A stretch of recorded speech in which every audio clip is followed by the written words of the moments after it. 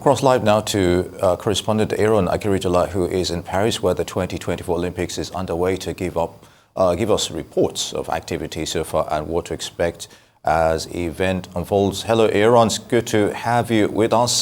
First, it was the unconventional way the opening ceremony was held, and now we're talking about the issues with the River Seine and the probability that events there still needs convincing to other athletes regarding the water's quality. What else are you hearing?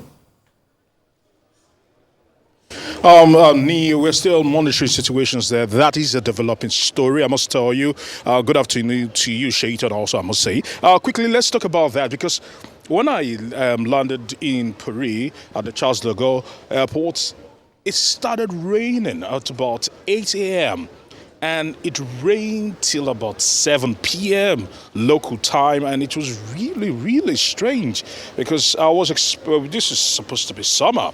Like today, look at the clement weather, nice sunny weather. People are basking in the sun just behind me over there, and you look at all these things, and I'm sure the organizers, the local organizing committee of the Paris 2024 did not envisage the amount of rains that came down yesterday, and certainly it would have upset the balance in terms of the levels of pollution in that River Seine. But one thing is certain, it is a race against the clock for the start of the competition or the event, the triathlon that will be kicking off on Tuesday, and they are very, very ready. They are very confident that they will be ready for that particular one. But let's tell you that today, day 2 of the Olympics officially, there are quite a lot of events to look out for and quite a lot of superstars that will be lining up across several cities. Remember, 16 cities in France will be hosting several games. Right, as a matter of fact, 322 events in 32 sports. All right. The one that is exciting me is the one that has just been brought into the Olympics for the very first time. Talking about the BMX freestyle bicycle event. But today, let's talk about the fact that greatness will be stepping into the light once again in the person of the lady Simone Biles. She is the most decorated gymnast in the world, and Tokyo 2020 wasn't kind to her. She wasn't mentally in the right frame of mind to compete, and right now she's stepping out to swell her already boisterous medal haul, and she will be hoping to actually even stretch it even further. In swimming, Adam Peaty also will be stepping out into the pool to see if he can also get on the medal table. Quite a number of events to look out for today. Badminton women also kicks off today, and not leaving out the big one later on this evening. It will be the Super Falcons in Nantes, another city that will be hosting several games for the Olympics, as the Super Falcons will be taking on world champions in football, Spain. That is one cracker that I'm looking forward to.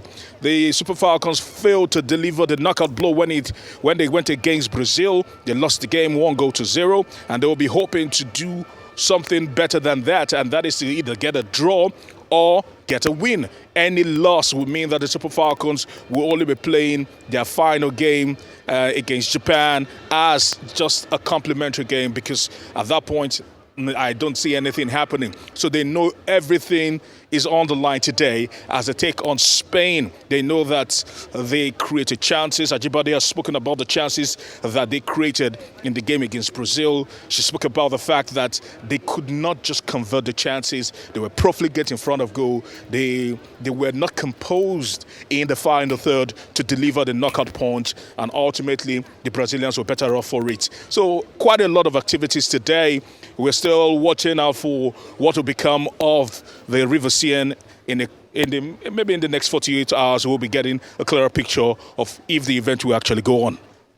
All right, then. Thank you so much, Aaron. You did promise me when we spoke on the morning show that but next time we speak, you would be speaking to me fluently in French. But you have till the end of the Olympics to make it happen. But let's talk about the Nigerian lightweight. Rome was a beauty today. Rome was a beauty today.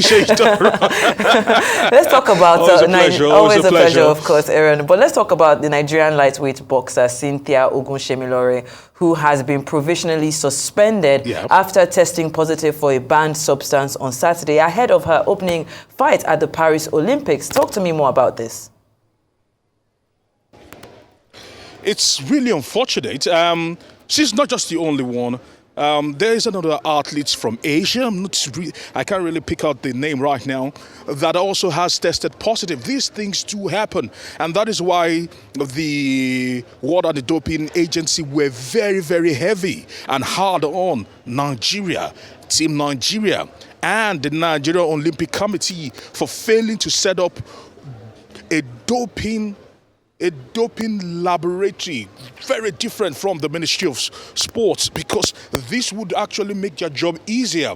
They are very, very against athletes who come into the Olympics, all jacked up and all stimulated by banned substances. They frown heavily against it. That is why testing seems to be their motto. And not just testing during the competition, but more testing before the competition. Of course, for the athletes that will participate in the competition, there will be a lot of testing, and maybe they will be able to pick out one that actually slipped through the cracks like they did for Marion Jones back in the day. So let's see how it goes on. But it is a shame that this is happening, because if we do have our independent doping laboratories, we should be able to pick up on this and not become a laughing stock, or not bring shame, and not bring shame, so to speak, to the flag of Nigeria and to the name of Nigeria. It's rather unfortunate this is happening, and I hope the ministry for once will take a cue from this to go hard on athletes,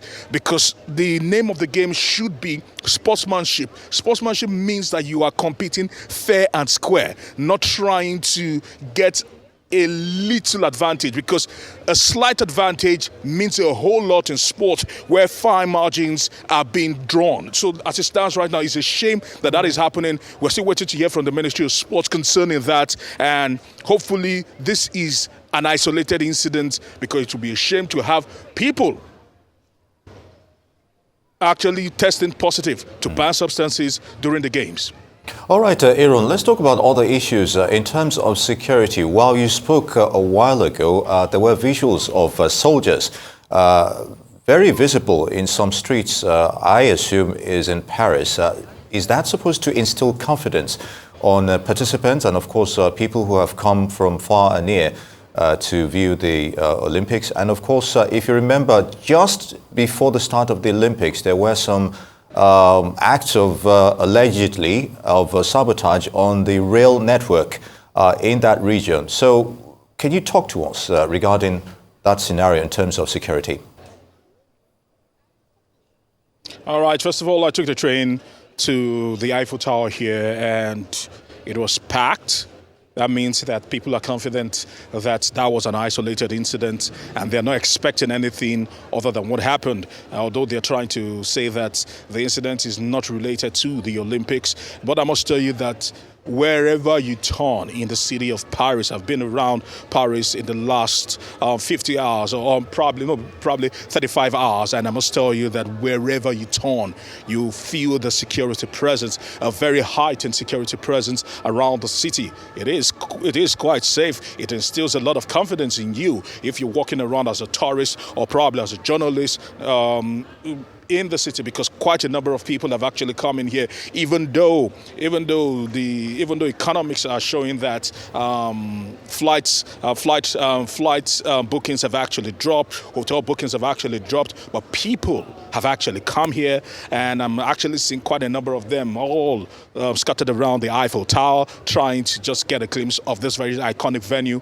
And they are, of course, just as they are all littered here, we also have policemen around, also trying to ensure that everything goes on smoothly and watching out for pickpockets or marauders who just probably want to be lurking around and want to cause chaos. At the moment, I must say that it has been quite impressive. They've pulled in their strength in terms of security, and it is heavily being felt. And as we speak, up until this moment, there hasn't been any incident to worry about.